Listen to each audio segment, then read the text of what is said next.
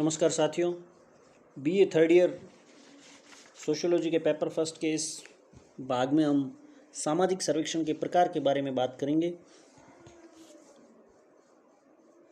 सामाजिक सर्वेक्षण के अर्थ, परिभाषा, विशेषताएं, उनकी जो सीमाएं, इनके बारे में हम पिछले अध्यायों में अध्ययन कर चुके हैं। साथियों, सामाजिक सर्वेक्षण एक व्यापक और विस्तृत प्रक्रिया है। सामाजिक जीवन के हर क्षेत्र एवं समाज में के हर वर्ग के लिए इसका उपयोग बढ़ता ही जा रहा है, क्योंकि इसमें प्राथमिक तथ्यों को ही अपना प्रमुख आधार के रूप में स्वीकार किया जाता है। इसके कई प्रकार और चरण उपलब्ध हैं। एक सर्वेक्षक किसी समाज या समुदाय अथवा समूह के सभी लोगों को अपनी सूचना का स्रोत बना सकता है, अथवा वह उनमें से भी कुछ ही लोगों का चयन कर सकता है और उनके चयन से सूचना प्राप्त करके अपने सर्वेक्षण कार्य को संपन्न कर सकता है। अब हम सर्वेक्षण के जो प्रकार हैं उनके बारे में पढ़ेंगे। इसको हम प्रकारों को तीन आधार पर बांट सकते हैं। पहला है निदर्शन, सैंपलिंग के आधार पर। दूसरा है उद्देश्य, मोटो के आधार पर। और तीसरा है विषय वस्तु, सब्जेक्ट मैटर। सबसे पहला है निदर्शन के आधार पर। सामाजिक सर्वेक्षण को मुख्य रूप से दो प्रकारों में वर्गीकृत किया गया है, जैसे समग्र सर्वेक्षण या निदर्शन सर्वेक्षण। पहले हम निदर्शन सर्वेक्षण का वर्णन करेंगे, बाद में समग्र सर्वेक्षण का। जैसा ही नाम से ही स्पष्ट है, निदर्शन सर्वेक्षण, इसका मतलब है सैंपलिंग सर्वे। कुल इकाइयों में उनकी प्रतिनिधि इकाइयों को ही आधार मानकर संपन्न किया जाता है। किसी नगर या महानगर से यह पता लगाना हो कि वहाँ फर्जी राशन कार्ड कितने हैं, तो हर वार्ड से 5 या 10% परिवारों के राशन कार्ड घर घर जाकर जांच करने होंगे। इस जांच के दौरान यदि 25% घरों के राशन कार्डों में सदस्यों के नाम वास्तविक सदस्यों से मेल नहीं खाते हैं, तो पूरे शहर के बारे में अंदाजा लगाया जा सकता है कि 1/4 राशन कार्ड फर्जी है। इस कार्य के लिए सभी राशन कार्डों की जांच करने में धन और श्रम दोनों ही लगते हैं, अतः धन व साधनों की बचत के लिए निदर्शन सर्वेक्षण अधिक उपयोगी माना जाता है। आर्थिक सर्वेक्षणों में प्राय निदर्शन सर्वेक्षण ही कराए जाते हैं।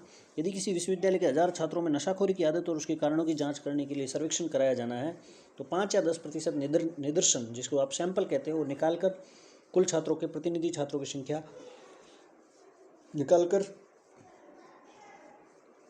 सर्वेक्षण किया जाकर सभी के बारे में निष्कर्ष दिए जा सकते हैं।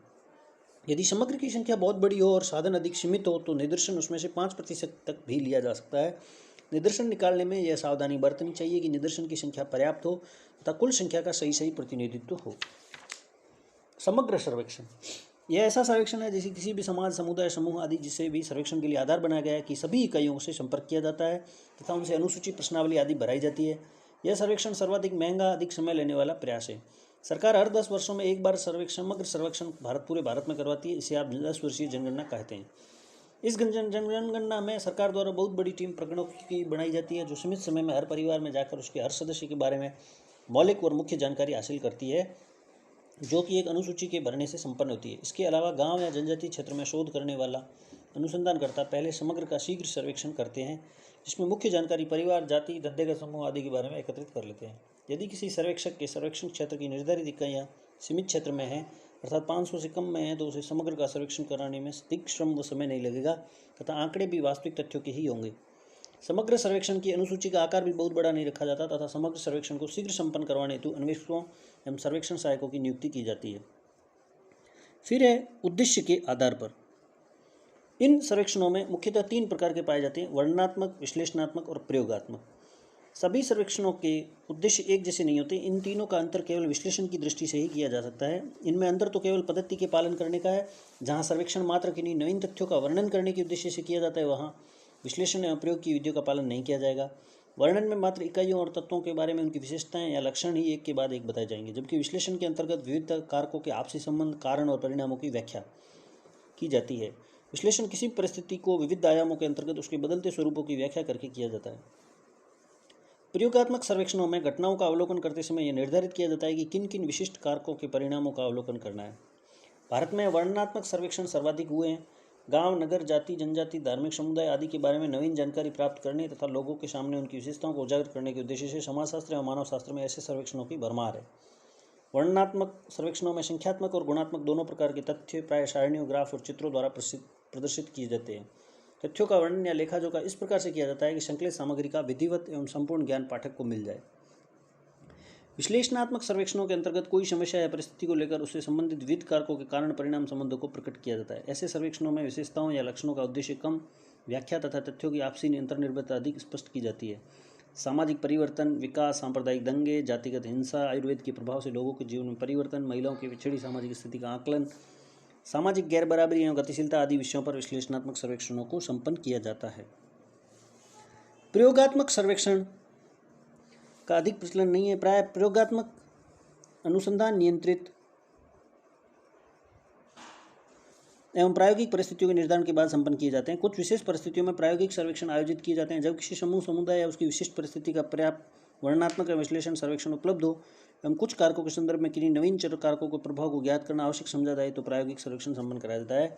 इसमें दो प्रकार के समूह या परिस्थितियों का चयन किया जाता है, नियंत्रित समूह या परिस्थिति एवं प्रायोगिक परिस्थिति या समूह। नियंत्रित समूह उसे कहा जाता है जिसमें सर्वेक्षण की प्रक्रिया के दौरान जिस कारक का प्रभाव हमें ज्ञात करना है उससे वंचित रखा जाता है। प्रायोगिक समूह वह होता है जिसे नवीन कारक के प्रभाव में अवलोकित किया जाता है। मान लीजिए गांव में महिला सशक्तिकरण की सरकारी नीतियों का प्रभाव जानना है तो दो प्रकार की ग्राम पंचायतों का चयन करना होगा। एक वे जिनमें महिला को चयन नहीं हुआ है, दूसरी वे जिनमें महिला को चयन हुआ है। पहला चयन नियंत्रित होगा, दूसरा प्रायोगिक। इन दोनों समूहों का सर्वेक्षण किया जाएगा, फिर तुलना की जाएगी कि प्रायोगिक समूह के विशेष कारक के कारण क्या क्या नवीनताएं सामने आई है। उपर्युक्त तीनों प्रकार के सर्वेक्षणों में उद्देश्यों की भूमिका मुख्य रहती है। जैसे सर्वेक्षण के उद्देश्य वैसे ही उसके प्रकार का चयन होता है। यहाँ यह स्पष्ट कर देना भी उचित होगा कि सामाजिक सर्वेक्षण के लगभग 3/4 से अधिक सर्वेक्षण केवल वर्णनात्मक प्रकृति के होते हैं, जिनमें सामाजिक व्यवस्था की विशेषताएं, लक्षण, तत्वों आदि का विस्तृत वर्णन प्रस्तुत किया जाता है। बचे हुए 1/4 सर्वेक्षणों में भी अधिकांशतः विश्लेषण प्रकृति के संपन्न किए जाते हैं, केवल अपवाद स्वरूप सर्वेक्षण की प्रयोगात्मक प्रकृति के होते हैं। अब विषय वस्तु के आधार पर सर्वेक्षण के इन प्रकारों में विविधता बहुत है, क्योंकि विषय वस्तु का क्षेत्र बहुत व्यापक है। निर्जातीय समुदायों की सामाजिक आर्थिक विशेषताओं से लेकर किसी भी महत्वपूर्ण विषय पर सर्वेक्षण कराया जा सकता है, यदि उस विषय पर नवीन आंकड़े एवं तथ्यों की आवश्यकता अनुभव की जाती है। विषय की प्रकृति के आधार पर ही हम इन सर्वेक्षणों की पहचान कर सकते हैं। इनमें समग्र और निदर्शन आधार पर दोनों प्रकार के सर्वेक्षण सम्मिलित है और उसी प्रकार से वर्णनात्मक, विश्लेषणात्मक और प्रयोगात्मक तीनों प्रकार के सर्वेक्षण किसी भी विषय पर संपन्न किए जा सकते हैं। यहाँ हम निम्नलिखित प्रकार के सर्वेक्षणों का वर्णन कर रहे हैं, जिन्हें विषय वस्तु के आधार पर अन्य सर्वेक्षणों से भिन्न करके देखा जा सकता है। सबसे पहला है निर्जातीय सर्वेक्षण। किसी भी मानव समूह या समुदाय जिसकी पहचान का आधार जाति, प्रजाति, धर्म, क्षेत्र आदि में से कोई एक या अधिक विशेषताएं हो, उनकी सभी सामाजिक, आर्थिक, राजनीतिक परिस्थितियों की नवीन जानकारी लोगों को उपलब्ध कराई जाए तो ऐसे सर्वेक्षण निर्जातीय प्रकृति के होते हैं। दूसरा है पिछड़े वर्गों के सर्वेक्षण। इसमें ओबीसी के सर्वेक्षणों के माध्यम से, फिर है आर्थिक सर्वेक्षण, जैसे उस साल का जो वित्तीय लेखा जोखा है, फिर जनांकीय सर्वेक्षण, फिर सामाजिक समस्याओं के सर्वेक्षण। प्राय विश्लेषणात्मक पद्धति के आधार पर समाज के जितने व्याधिकीय पहलू होते हैं उनमें किए गए अध्ययनों को इस श्रेणी में रखा जाता है। फिर शैक्षणिक सर्वेक्षण, आर्थिक सर्वेक्षण की तरह ही शैक्षणिक सर्वेक्षण समाज की शैक्षणिक गतिविधियों के बारे में संपन्न कराए जाते हैं। फिर है क्षेत्रीय सर्वेक्षण। क्षेत्रीय सर्वेक्षण इन अध्ययनों की विषय वस्तु किसी राज्य, जिले या सांस्कृतिक भाषाई क्षेत्र के लोगों से संबंधित होती है। भारत के सभी राज्यों या क्षेत्रों की सामाजिक आर्थिक स्थिति एक जैसी नहीं है। एक तरफ पंजाब, हरियाणा, महाराष्ट्र आदि राज्य हैं जिन्हें समृद्ध क्षेत्र में गिना जाता है, जबकि दूसरी ओर बिहार, राजस्थान जैसे राज्य जहाँ गरीबी और पिछड़ापन अधिक है। इस क्षेत्रीय असंतुलन को जानने के लिए क्षेत्रीय सर्वेक्षण अमुक राज्यों द्वारा करवाए जाते हैं। राजस्थान में कुछ वर्षों पूर्व एक बेंचमार्क सर्वेक्षण राजस्थान सरकार ने इनकी जनजातीय क्षेत्रों का करवाया था। क्षेत्रीय सर्वेक्षणों में क्षेत्र विशेष में रहने वाले लोगों की समस्या और परिस्थितियों की जानकारी अधिक होती है। फिर है बाल मजदूर सर्वेक्षण। पिछले कुछ वर्षों में ऐसे सर्वेक्षण संपन्न कराए गए हैं क्योंकि बाल श्रमिकों की गंभीर समस्याएं सामने आने लगी। इन सर्वेक्षणों में 14 वर्ष से कम उम्र के बच्चों को मेहनत मजदूरी करने वाली संस्थाएं, इनमें कार्यरत ऐसे बच्चों की संख्या, उनकी समस्याओं के बारे में आंकड़े एकत्रित किए जाते हैं। भारत में सरकारी और गैर सरकारी दोनों प्रकार की संस्थाएं इस विषय पर वस्तुस्थिति जानकारी के लिए अपने अपने स्तर पर सर्वेक्षण करने में संलग्न हैं। जो उद्योग या व्यक्ति बालकों को श्रम करने मजबूर करते हैं, उनकी जानकारी ऐसे सर्वेक्षणों से ही हो सकती है।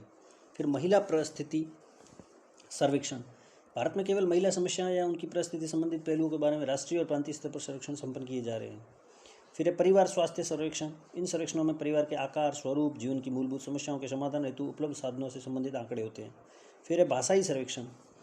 भारत में अनेक भाषाएं और बोलियां हैं। राज्य की दृष्टि से अधिकृत भाषाएं 22 है, किंतु जनगणना आंकड़ों के अनुसार देश में कुल 1652 मातृभाषाओं के नाम आए हैं। इनके जो भाषा संबंधी समस्या, भाषा के बारे में जो तथ्य संग्रहित करने का कार्य भाषाई सर्वेक्षण में होता है। फिर अभिरुचि सर्वेक्षण। ऐसे सर्वेक्षण प्राय चुनाव के पूर्व मतदान के बारे में मतदाताओं के रुझान थे, जिन्हें आप पोल या गैलप पोल भी कहलाते हैं। भारत में ऐसे सर्वेक्षण बहुतायत में हर चुनाव के दौरान होने लगे। इन सर्वेक्षणों की पद्धति विश्लेषणात्मक ही रहती है और सैंपलिंग का सहारा लिया जाता है 2 या 5% मतदाताओं का, कि किस उम्र, शिक्षा, जाति, धर्म, धंधा आदि के मतदाता किस राजनीतिक दल के चुनाव समर्थन देने वाले हैं। ये सर्वेक्षण इंस्टेंट सर्वेक्षण भी कहलाते हैं, जिनके नतीजे तुरंत दिए जाते हैं। फिर है मीडिया सर्वेक्षण, जैसे टीवी चैनल, अखबार, रेडियो, इनकी फ्रिक्वेंसी की भरमार है। इनमें दर्शक, श्रोता या पाठक किन का उपयोग अधिक करते हैं, इसके आधार पर जो सर्वेक्षण है। उपयुक्त वर्णिक सर्वेक्षणों के 3 आधारों से दिए गए प्रकारों के अलावा भी कुछ ऐसे प्रकार हैं जिन्हें हम किसी भी आधार में सम्मिलित नहीं कर सकते और जानना सभी के लिए आवश्यक है। जैसे गुणात्मक सर्वेक्षण है, जैसे रीति रिवाज, धर्म, धार्मिक उपदेश आदि। फिर रैपिड सर्वेक्षण है, फिर है पैनल सर्वेक्षण। ये ऐसे सर्वेक्षण होते हैं जिनमें उत्तरदाताओं से 2 या अधिक बार संपर्क किया जाता है। इस पाठ में इतना ही। Thank you.